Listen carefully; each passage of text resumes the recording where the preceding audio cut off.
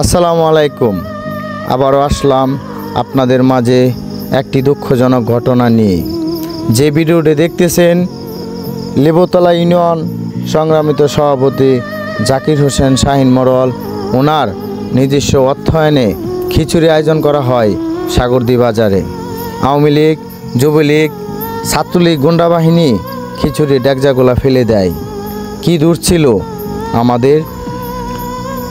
তখন আওয়ামী লীগ, ছাত্রলীগ বাহিনী অতর্ক হামলা চালায় আমাদের নেতাকর্মীর উপর। হামলার শিকার হয়েছেন মোশারফ ভাই, জয়নাল ভাই, কাজল ভাই, আলমগীর সহ, উকিল ভাই সহ অনেক নেতাকর্মী।